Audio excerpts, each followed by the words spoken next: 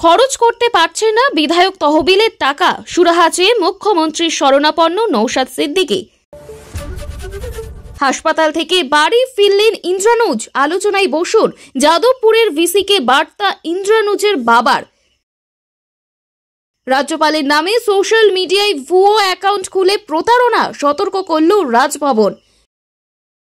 দিন বদল 15ই মার্চ, তৃণমূলের ভার্চুয়াল বৈঠক।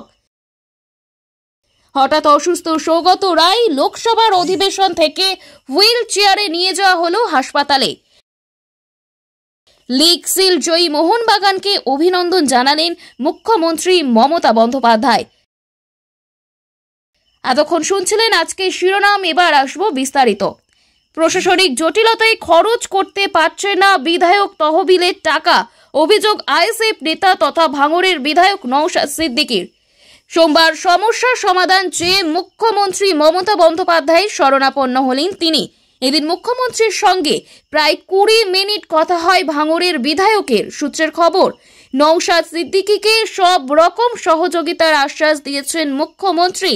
জানা গিয়েছে, এদিন বিধানসভা অধিবেশন চলাকালীনই তহবিল সংক্রান্ত সমস্যা নিয়ে দৃষ্টি আকর্ষণের চেষ্টা করেন ভাঙড়ের আইএসএফ নেতা নওশাদ সিদ্দিকী। আর তারপরেই বিকেল 5:30 নাগাদ আচমকাই তিনি পৌঁছে যান নবান্নে, দেখা করেন মুখ্যমন্ত্রীর সঙ্গে। কেন এই সাক্ষাৎ?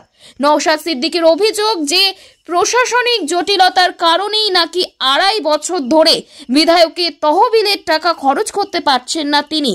একাধিকবার প্রশাসনের বিভিন্ন স্তরে জানিয়েও নাকি কাজ হয়নি, এমনই অভিযোগ। তারপরেই মুখ্যমন্ত্রীর দ্বারস্থ হওয়ার সিদ্ধান্ত নেন বিধায়ক।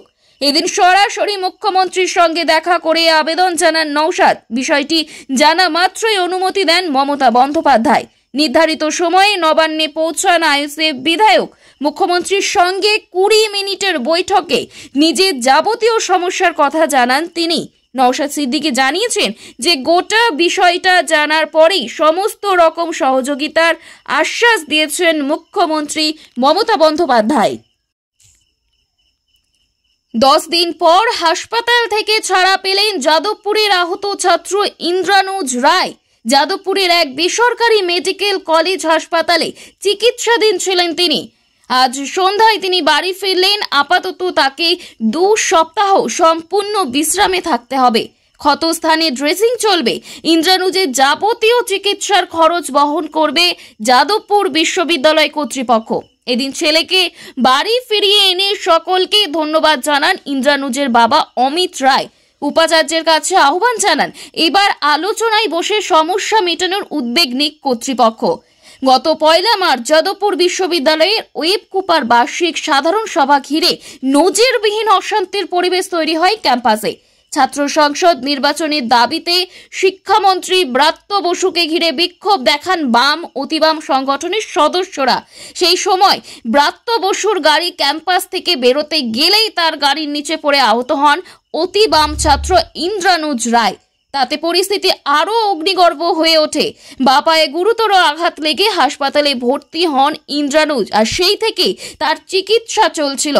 হাসপাতালে ইন্দ্রানুজের সঙ্গে দেখা করতে যান সিপিএম এর রাজ্য সম্পাদক মোহাম্মদ সেলিম, সিপিএম নেতা তথা প্রাক্তন এসএফআই রাজ্য সভাপতি সৃজন ভট্টাচার্য। এদিন বাবা অমিত রায়কে ফোন করে ছাত্রের শারীরিক অবস্থারও খোঁজ নিয়েছিলেন শিক্ষামন্ত্রী। অবশেষে 10 দিন পর তাকে হাসপাতাল থেকে ছাড়া হয়। চিকিৎসকেরা জানিয়েছেন এখনো 2 সপ্তাহ সম্পূর্ণ বিশ্রামে থাকতে হবে, তারপরে চেক আপ হবে এবং ছেলে নিকে বাড়ি ফিরে ইন্দ্রানুজের বাবা অমিত রায় সংবাদ মাধ্যমের মুখোমুখি হয়ে জানান যে এখন ওর বেড রেস্ট, ক্ষত জায়গাটা নিয়মিত ড্রেসিং করতে হবে, তার জন্য প্রশিক্ষিত নার্স রয়েছে। ওর বাঁ পায়ে যে আঘাত লেগেছিল তাই সেটা কোনোভাবেই নড়াচড়া করা যাবে না। এছাড়া চামড়ায় যে ক্ষত আছে সেটি ড্রেসিং করতে হবে। ওর চিকিৎসার বিল হাসপাতাল থেকে পাঠানো হবে। বিশ্ববিদ্যালয় কর্তৃপক্ষের কাছে তারই এই খরচ দেবেন বলেই জানা যাচ্ছে সূত্র মারফত। রাজ্যপালের নামে সোশ্যাল মিডিয়ায় ভুয়ো অ্যাকাউন্ট তৈরি করে আর্থিক প্রতারণার অভিযোগ। রাজ্যপালের দপ্তরে ইতিমধ্যেই সেই অভিযোগ দায়ের হয়েছে, আর তারপরেই নড়ে চড়ে বসলো রাজভবন। সতর্ক জারি করা হয়েছে, রাজ্যপাল সংক্রান্ত কোনো বিষয় নিয়ে কেউ যোগাযোগ করলে তা অবিলম্বে পুলিশকে জানাতে বলা হয়েছে। রাজভবনের তরফে জানানো হয়েছে যে কখনো ফোন করে আবার কখনো দেখা সাক্ষাতের মাধ্যমে প্রতারণা জাল বিছোচ্ছে। যাকে টার্গেট করা হচ্ছে তাকে বিভিন্ন সুবিধার আশ্বাস দেওয়া হচ্ছে, আর সেই সুবিধা পাইয়ে দেওয়ার বিনিময়ে টাকাও দাবি করা হচ্ছে বলেই অভিযোগ।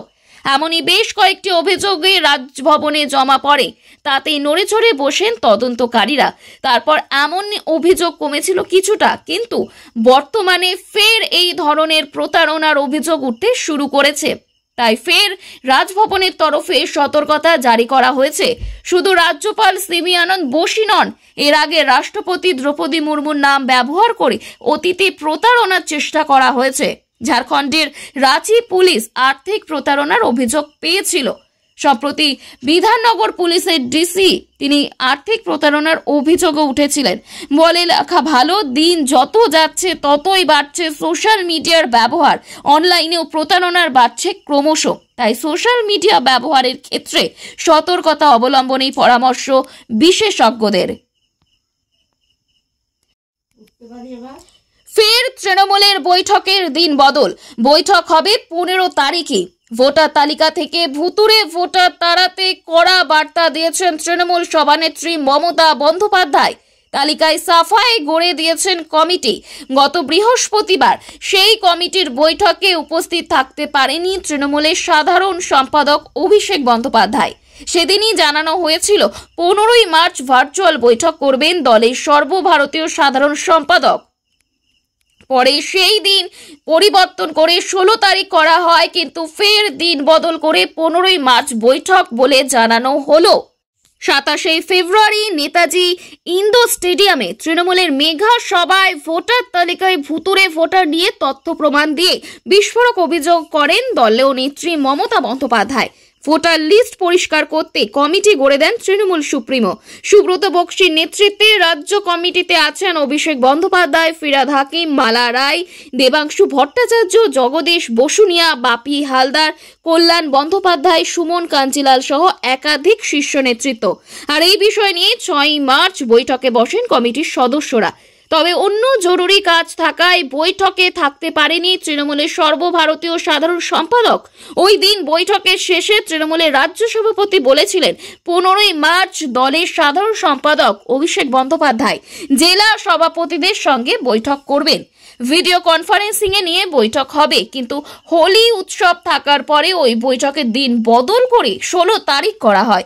তবে সূত্রের খবর, রবিবার তৃণমূল নেতৃত্বে জনসংযোগের কাজ থাকায় রবিবারের বদলে ফের শনিবার বৈঠকের কথা জানানো হয়।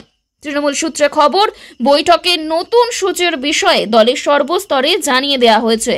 15ই মার্চ শনিবার বিকেল 4টেই ভার্চুয়াল বৈঠক করবেন অভিষেক বন্দ্যোপাধ্যায়। যোগ দেবেন তৃণমূলের জেলা সভাপতি, চেয়ারম্যান, বিধায়ক, সাংসদ এবং শাখা সংগঠনের প্রতিনিধিরা, এমনই জানা যাচ্ছে সূত্র মারফত। সোমবার বিকেলে লোকসভার অধিবেশন চলাকালীন আচমকায় অসুস্থ হয়ে পড়েন তৃণমূলের বর্ষিয়ান নেতা সৌগত রায়। তড়িঘড়ি হুইল চেয়ারে করে ভর্তি করা হয় কাছেরই হাসপাতালে। সেখানে বেশ কিছু পরীক্ষা হয় দমদমের সাংসদের। জানা গিয়েছে, ভোটার তালিকা নিয়ে এদিন সংসদের প্রথমার্ধে কথা বলছিলেন সৌগত রায়। ভুতুড়ে ভোটার নিয়ে আলোচনায় গুরুত্ব বুঝে তাকে সমর্থন জানান লোকসভার বিরোধী দলনেতা রাহুল গান্ধী। এইসবের পরেই হঠাৎ অসুস্থ বোধ করেন সৌগত রায়। বর্ষিয়ান তৃণমূল নেতা আদতে সুস্থ, সক্রিয়, বয়সও 80-র কাছাকাছি, তবু মমতা বন্দ্যোপাধ্যায় তার প্রতি আস্থা রেখেছেন। ভোটের লড়াইয়ে প্রতিনিধিত্ব করিয়েছেন, কিন্তু হঠাৎ তার কি হলো সে ব্যাপারে এখনো অবধি কিছু জানা যায়নি।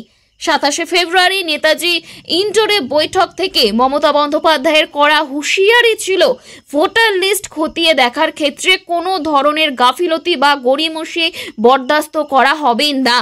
বিধানসভা ভিত্তিক বুথ ধরে ধরে ভোটার তালিকা খতিয়ে দেখারও নির্দেশ দিয়েছিলেন তিনি। আর যা নিয়ে এখনও রাজ্য রাজনীতি তোলপাড়।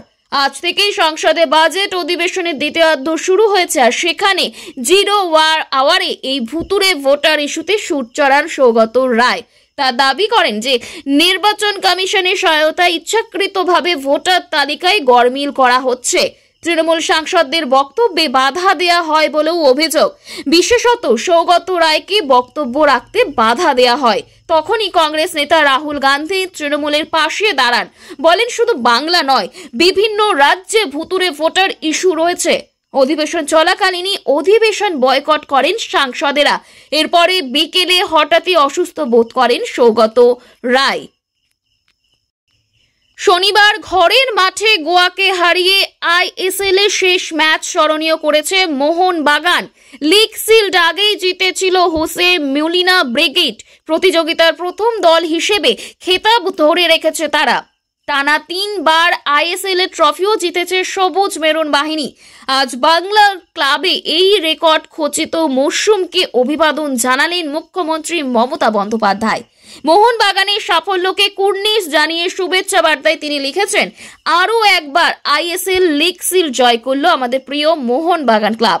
ইন্ডিয়ান সুপার লিগের ইতিহাসে এই প্রথম কোনো দল পরপর দুবার এই কৃতিত্ব অর্জন করার অনন্য নজির স্থাপন করল।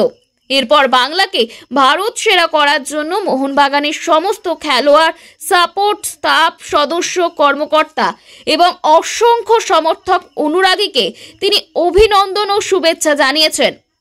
পাশাপাশি রাজ্যে সার্বিক খেলাধুলার উন্নয়নেও এবং পরিকাঠামো নির্মাণে তার সরকার যে আন্তরিক তাও উঠে এসেছে মুখ্যমন্ত্রীর বয়ানে। প্রসঙ্গত এবছরে প্রথম ক্লাব হিসেবে পরপর 3 বার আইএসএল ট্রফি জিতেছে মোহনবাগান।